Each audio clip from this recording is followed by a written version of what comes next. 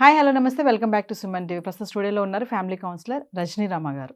నమస్తే మ్యామ్. నమస్తే నవీన. Ma'am, wife and husbands సంబంధించిన టాపిక్స్ మాట్లాడుతున్నాం కదా. ఇందులో ఇంకొకటి ఇంపార్టెంట్ ఏంటంటే అనుమానం. బాగా అంటే భర్తకి భార్య పైన, భార్యకి భర్త పైన కూడా అనుమానం అనేది ఖచ్చితంగా ఉంటుంది. అంటే అనుమానమేనా లేకపోతే మనకి మనమే అది డ్యామ్ షూర్ అని అనుకుంటున్నామా? అది ప్రేమ అనుమానం అసలు ఏంటి కన్ఫర్మేషన్ ఎందుకు ఉంటుందంట అసలు ఈ అనుమానం అనేది? మెయిన్గా చెప్పాలంటే ఇద్దరిలో ఏ ఒక్కళ్ళు అందంగా ఉన్నా ఇది రెండో వాళ్ళలో బయలుదేరుతుంది. One of the reasons. అయితే దానికి మనం ఏం చేయలేం. అందంగా ఉన్నంత మాత్రాన అనుమాన పడితే ఎలా? రెండోది ఏంటంటే వాళ్ళ బిహేవియర్. కొంతమందికి మనసులో ఏం ఉండదు కానీ ఊరికే అటు ఇటు చూడడం అలవాటు. అలా చూస్తున్నప్పుడు అనుమాన పడతారు. ఎటు చూస్తున్నావు నువ్వు, ఎందుకు ఇక్కడ ఉన్నావు, అటు చూడవలసిన అవసరం ఏముంది. ఇంకోటి పక్కింటి విషయాలు తెలుసుకునే క్యూరియాసిటీ ఆడవాళ్ళల్లో మగవాళ్ళల్లో కూడా ఉంటుంది. అప్పుడు ప్రతిసారి అటు చూడటము, చెవి వేయడము, వాళ్ళ మాటల్ని కాన్సన్ట్రేట్ చేయటము ఇలాంటివి జరుగుతుంటాయి. అది మనకు అవసరమా? మన టైం ఎంత పోతుంది ఇక్కడ. మనకే మన మాటలు మనం మాట్లాడుకోవడానికే టైం లేదు. పక్కింటి వాళ్ళు ఎందుకు మనకి అంటే బుద్ధి. ఆ బుద్ధి చెప్తున్నా నేను. ఇంకోటి కొంతమంది మగాళ్ళకి పని మనిషితో మాట్లాడే అలవాటు ఉంటుంది. ఏముండదు గాడిద గుడ్డు, మనసులో ఏముండదు. ఏంటో లక్షణం, అది క్యాజువల్గా మాట్లాడతారు. అంటే వాళ్ళకు ఒక ఆ బిహేవియర్ అనేది అలవాటు మొదటి నుంచి. కొంతమంది ఇళ్లలో మగవాళ్ళు పని వాళ్ళతో మాట్లాడరు. మగవాళ్ళు కదా ఎందుకులే, ఎటు చూసినా ఆడవాళ్ళతో మాట్లాడినా అర్థాలు తీసి ఆ సారీలా అన్నాడు లేకపోతే మీద చేసాడు, ఇవి జరుగుతున్నాయి కదా కేసులు. ఈ కారణం కావచ్చు. కొంతమంది స్వతహాగానే ఆడవాళ్ళతో మాట్లాడే అలవాటు ఉండదు కాబట్టి మాట్లాడరు. కొంతమంది ఏంటి చిన్నప్పటి నుంచి ఇళ్లల్లో అలవాటు ఉంటుంది. మగవాళ్ళందరూ కూడా పెత్తనం చేసి పని అమ్మాయితో మాట్లాడడము, వచ్చే పోయే వాళ్ళతో, ఇరుగు పొరుగు ఆడవాళ్ళు ఉంటే వాళ్ళతో కూడా మాట్లాడడం నవేడేస్ కామన్ మాట్లాడుతున్నాము. ఇది ఒక కల్చర్గా మారింది కాబట్టి దీన్ని మనం తప్పు పట్టలేం. కానీ ఒకప్పుడు ఆడవాళ్ళు మగవాళ్ళతో, మగవాళ్ళు ఆడవాళ్ళతో మాట్లాడేవారు కాదు. ఫర్ ఎగ్జాంపుల్ ఇంటికి ఎవరైనా వచ్చినా ఈయన నీకు అన్నయ్య అవుతాడమ్మా, ఫలానా నీకు చెల్లెలు అవుతుంది, వరుస కలిపేస్తాం. ఎందుకు అని అంటే మన భారతదేశంలో భాయి బెహన్ అనే ఒక ఆచారం ఉంది కదా. ప్రతి ఒక్కళ్ళని సోదరిగా చూడండి, సోదరుడిగా చూడండి. ఒక అయ్యేవాడు భర్త అవుతాడు, అతన్ని పక్కన పెడితే ప్రతి ఒక్క స్త్రీలోనూ సోదరిని చూడండి, అమ్మని చూడండి. అలాగే భర్త అబ్బాయిల్లో సోదరుడిని చూడండి, తండ్రిని చూడండి అంటారు. ఎందుకు? మంచి కోసం పెట్టారు అది. ఇప్పుడు అవన్నీ పక్కన పెట్టి ఏమీ లేదు, ఎంత ఏజ్ అయినా సరే ఎందుకు గౌరవించాలి, పేరు పెట్టి పిలవండి. ఇది మన సాంప్రదాయం కాదు. ఇప్పుడు పెద్దవాళ్ళని రెస్పెక్ట్ ఎలా చేస్తాం మనం? సార్ అనో, మేడం అనో, లేకపోతే అండి అనో, లేకపోతే ఇంకొకటి ఏదన్నా పెద్ద వరుస పెట్టో అలా కాదట, పేరు పెట్టి పిలవాలి. అది మరి ఇప్పటి వాళ్ళు అలవాటు చేసుకుంటారేమో మనకు తెలీదు.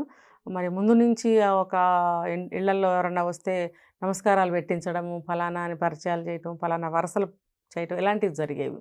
అవన్నీ ఉన్నంతకాలము బాగానే ఉన్నాయి అన్నీ. ఇప్పుడు అవన్నీ ఒక్కొక్కటి అందరూ మానేసేటప్పటికి ఇవన్నీ బయటకు వస్తున్నాయి, ఈ అనుమానపు రోగాలు. ఇక్కడ మేడం కొంతమంది భార్యలకి అదంటే అనుమానం తెలీదు, ప్రేమ తెలియదు కానీ మొబైల్ చెక్ చేయడం, ఫోన్ మాట్లాడుతుంటే ఎవరితో అంటే ఒక అమ్మాయితో మాట్లాడితే కనిపెట్టేస్తారు అబ్బాయితో మాట్లాడుతున్నారా, అమ్మాయితో అంత టాలెంట్ ఉంటుంది కదా లేడీస్కి. సో అంటే అది మగవాళ్ళలో లేరా? ఉన్నారు ఖచ్చితంగా. అంటే అప్పుడు అది ప్రేమ అంటారా, అనుమానమేనా? అది అనుమానం అంటే అది అనుమానమేనా? ఇంకా అనుమానమే. ప్రేమ పాడా? ప్రేమ గురించి ఒక ఎపిసోడ్లో చెప్పాను నేను. ఇప్పుడు ప్రేమ, విశ్వప్రేమ అని చెప్తారు కదా. విశ్వంలో ప్రతి ఒక్కళ్ళు ప్రేమగా ఎందుకు ఉండాలి? వాళ్ళెవరో నాకెందుకు ప్రేమ? ఒక మనిషి సభ్య సమాజంలో మనం జీవిస్తున్నందుకు అవసరం. ప్రేమగా ఉండటం అనేది అవసరం. అది ఏమవుతుంది, ఒక బంధంగా మారినప్పుడు, కలిసి ఉంటున్నప్పుడు దాన్ని ఇంకా పెంచుకోవాలి. ఎందుకు? కలిసి ఉండాలి కాబట్టి. అంటే దాని అర్థం ఏంటి? అవసరమేగా, అంతే కదా. చచ్చిపోయాక వాళ్ళెవరో మనం ఎవరో, అంతేనా కాదా? అంతే. ఇది రియల్. చెప్తారు చూడండి, ఈ జన్మ వరకే మనకి వరసలు, అంతే, మరి జన్మలో ఏంటో తెలీదు. అది కూడా అంతే కదా. నేను చెప్పింది ఇది ఒకటేనా కాదా చెప్పండి? అంతే కదా. కాబట్టి ఏ ఇద్దరి మధ్యన కూడా ప్రేమ, ఒక బాండ్ ఎందుకు అని అంటే అవసరం. నా వల్ల మీకు అవసరం, మీ వల్ల నాకు అవసరం. ఖచ్చితంగా. ఈ అవసరం అనేది ఉండటం వల్ల ప్రేమ పెరుగుతుంది. ప్రేమ పెరగాలి అని అంటే అవసరాలు మారుతూ పెరుగుతూ ఒకళ్ళ మధ్యన ఒకళ్ళు బాండ్ పెంచుకుంటూ ఉంటేనే ఆ బంధాలు ప్రేమలు నిలబడతాయి. ఇప్పుడు ఈ అనుమానాలు అనేవి ఎందుకు చెప్పండి? కలిసి ఉంటున్నప్పుడు అనుమానం పడితే మన గొయ్యి మనం తీసుకున్నట్టేగా. అంతే కదా. అనుమాన పడ్డాము, అవమానం చేసుకున్నాము అంటే బ్రతకాలనిపించదు. అది ఎంత బాధగా ఉంటుందో, ఎంత భారంగా ఉంటుందో, అదొక పెద్ద కష్టం అని చెప్పాలి. మేడం చాలామంది ఇట్లా మనం వెళ్ళి షేర్ చేసుకున్నప్పుడు వాళ్ళు చెప్పేది ఒకటే మాట, అమ్మ నువ్వు హస్బెండ్ పైన అనుమానం పడింది ఒక ఎత్తు అయితే, భర్త కనుక నీ మీద అనుమానం పడి నిన్ను అబ్జర్వ్ చేస్తూ నువ్వేం చేస్తున్నావు, నీ పనులు ఏంటి అని కనుక తిరిగి నిన్ను అనుమానిస్తే అసలు వేరే లెవెల్లో ఉంటుంది అంటారు మేడం. ఏంటి మేడం అది వేరే లెవెల్ అంటే? అంతే, వేరే లెవెల్ అంటే ఇప్పుడు పెద్దవాళ్ళు అనుమాన పడకమ్మా అని చెప్పడానికి కానీ ఇవన్నీ చెప్తారు కదా. అయితే అది కూడా మంచిదే. ఇప్పుడు నువ్వు అనుమానం పడుతున్నావు, అది కేవలం అనుమానమే అయితే కనుక పెద్దవాళ్ళు అలా చెప్పచ్చు. నిజంగా నిజం అనుకోండి, అది ఇప్పుడు అనుమానం పడటంలో తప్పులేదు కదా, అతనైనా సరే. అయితే వేరే లెవెల్ అన్నప్పుడు దానికి ఏం చెప్తున్నానంటే, ఆడది అనుమానం పడినప్పుడు నిలదీసి అడుగుతుంది, ఏడుస్తుంది, పెడబొబ్బలు పెడుతుంది, పుట్టింటికి వెళ్ళిపోతా అంటుంది, అన్నం తింటూ మానేస్తుంది, నేను చచ్చిపోతాను బెదిరిస్తుంది. అంతవరకే పాపం తననే పనిష్ చేసుకుంటుంది. వాడేం చేస్తాడు తెలుసా, కొడతాడు, తిడతాడు, మరి ఉద్యోగం మానిపిస్తాడు, గుమ్మంలోకి వెళ్ళనివ్వడు, అసలు హింస పెడుతూ ఉంటాడు, బతకనివ్వడు, జీవించనివ్వడు. పోటీ మాటలు కూడా ఉంటాయి బాగా. వాడితో కూడా నువ్వు ఇలాగే ఫీల్ అవుతావా, నాతో పడుకున్నప్పుడు ఎట్లా ఫీల్ అవుతావా, వాడితో పడుకున్నప్పుడు కూడా అలాగే ఫీల్ అవుతావా నువ్వు అంటే చిత్రహింస మామూలుగా ఉండదు. ఇంకా అది అవమానమే కదా. అవమానం అంటే చిత్రహింసే. అవమానం పడినవాడు బ్రతకలేడు నిజమైన సెన్సిటివ్ పర్సన్ అయితే. మరి మగవాడు ఆ రకంగా హింసిస్తాడు. మరి ఇంకా డీటెయిల్గా నేను చెప్పలేను. కొంతమంది తవ్వుతారు కదా మేడం, అలాంటి సన్నివేశం వచ్చినప్పుడు ఇన్కేస్ హస్బెండ్ వైఫ్ ను అనుమానించే సన్నివేశం వచ్చినప్పుడు ఆ రోజు నువ్వు అందుకేనా అట్లా నవ్వావు, అలా రెడీ అయ్యి వెళ్ళావు, ఇంకా భోజనం పెట్టేటప్పుడు ఏంటి ఎక్కడ ఆలోచిస్తున్నాడు, గుర్తుకొస్తున్నాడా, నువ్వు వాడికైతే ప్రేమగా వడ్డిస్తావేమో, నాకెందుకు ఇలా వడ్డిస్తున్నావు, మరి వాడి గురించి ఆలోచిస్తూ ఉన్నావా, కూరలో ఉప్పు తగలెట్టావు, ఇలా మాట్లాడతారు. రకరకాలన్నమాట. హింస అంటే హింసే. ఆ హింస పెట్టి నిమిషం ఏడిపిస్తారు. ఆఫీస్ నుంచి ఇంటికి వచ్చేటప్పుడు తలుపు తీయటం ఒక నిమిషం ఆలస్యం అయితే, ఏంటి సింగారించుకుంటున్నావా, వాడు వచ్చి తలుపు కొట్టాడని అనుకుంటున్నావా, కాదులే నేనేలే వచ్చింది.